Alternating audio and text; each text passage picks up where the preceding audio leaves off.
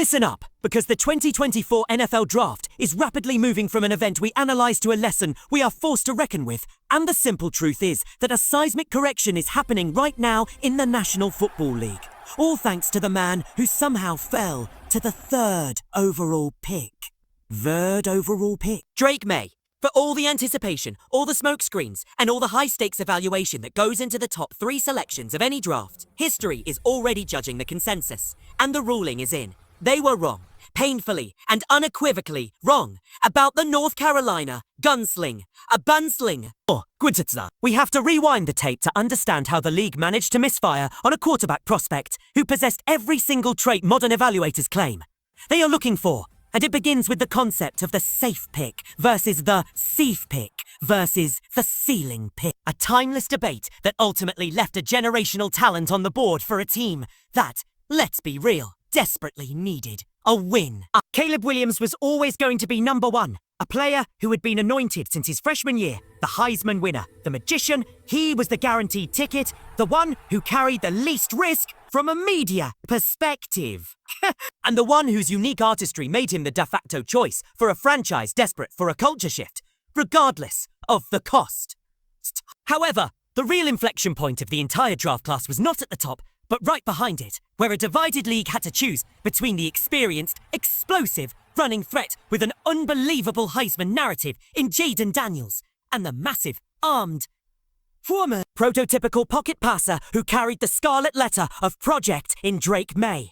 This split decision, this internal tug-of-war between polished quantity and raw quality, is the only reason May's name wasn't called second, or arguably even first. And it's a decision that sits at the centre of this entire conversation. A source of second-guessing that will haunt those front offices for years to come as they watch May's success unfold on Sunday afternoons. The skepticism around May was not fabricated from thin air, but it was certainly amplified and ultimately misweighted by a league that prioritised certainty over spectacular potential.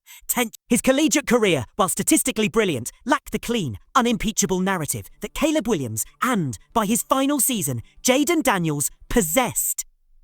May's 2022 season was pure fire, a record-breaking performance that immediately drew comparisons to college football royalty and even put him in the Heisman conversation, showcasing an almost unbelievable ability to lead a team in both passing and rushing. But 2023 was a different story, a statistical regression that, while still productive, felt less dominant, and it coincided with a perceived lack of national exposure for the Tar Heels program.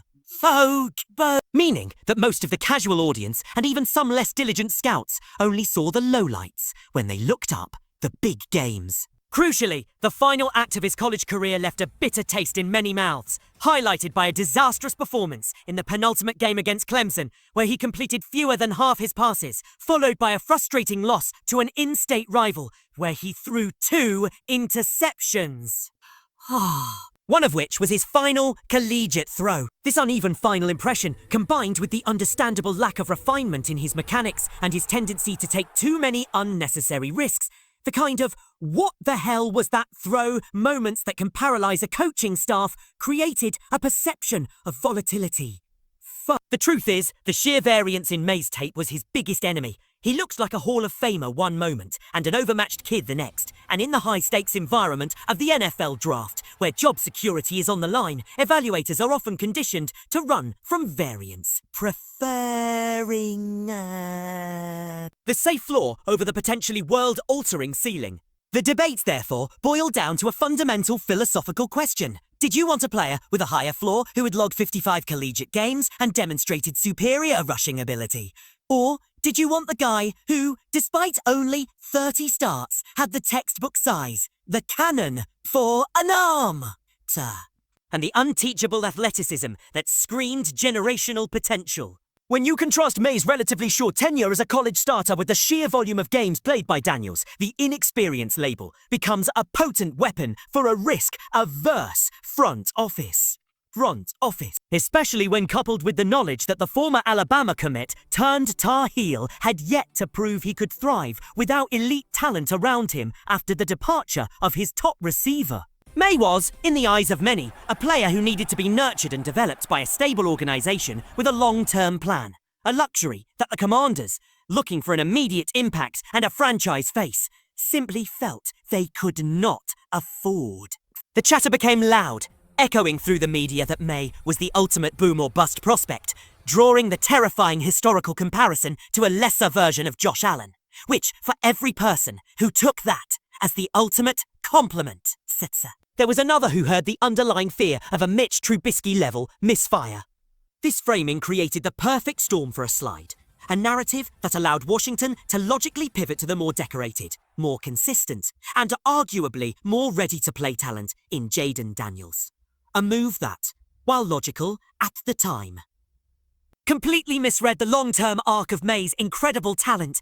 But let's talk about that talent for a minute, because it's the reason that slide to the Patriots at number 3 is now viewed as one of the greatest strokes of good fortune in franchise history. For every doubter, May had an equally passionate advocate in his corner, a group of analysts who saw past the college stats and the late-season stumbles to recognize the truly unique blend of physical gifts. The size, the strength, the ability to effortlessly make every throw on the field, and the remarkable athleticism for a player of his build were simply intoxicating to those who understood the process of developing a modern NFL quarterback.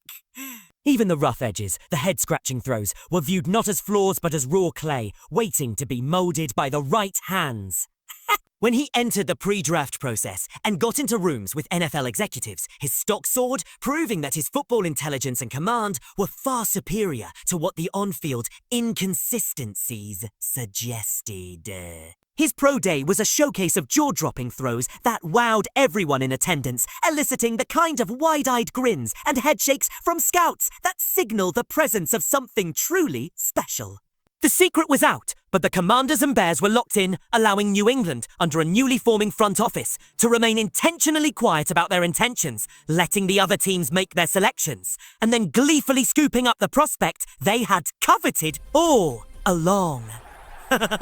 This move, which was initially met with a lukewarm public reception, especially after former coach Bill Belichick's less than enthusiastic pre-draft comments, proved to be a masterful piece of strategic patience, a reward for betting on the future, instead of over-analysing the past. The true vindication, however, was not the draft pick itself, but the organisational commitment to development that followed, which is the final and most crucial chapter in this story. The Patriots, in a dramatic, almost poetic fashion, installed a coaching staff that understood exactly what a talent like Drake May needed. A clear, measured, and unhurried plan. The arrival of a new veteran head coach paired with an offensive coordinator who philosophically understood the necessity of managing a young quarterback's workload was the perfect recipe. It was about filling his cup gradually, giving him only what he could master well, and then, once he achieved mastery, giving him a bigger cup until he ultimately possessed the full bucket of an elite NFL signal caller. There were no shortcuts, no rushed timelines, and no pressure to save the season immediately. Instead, May was given the space to learn, to refine his mechanics, and to finally shed the inconsistency that plagued him in college.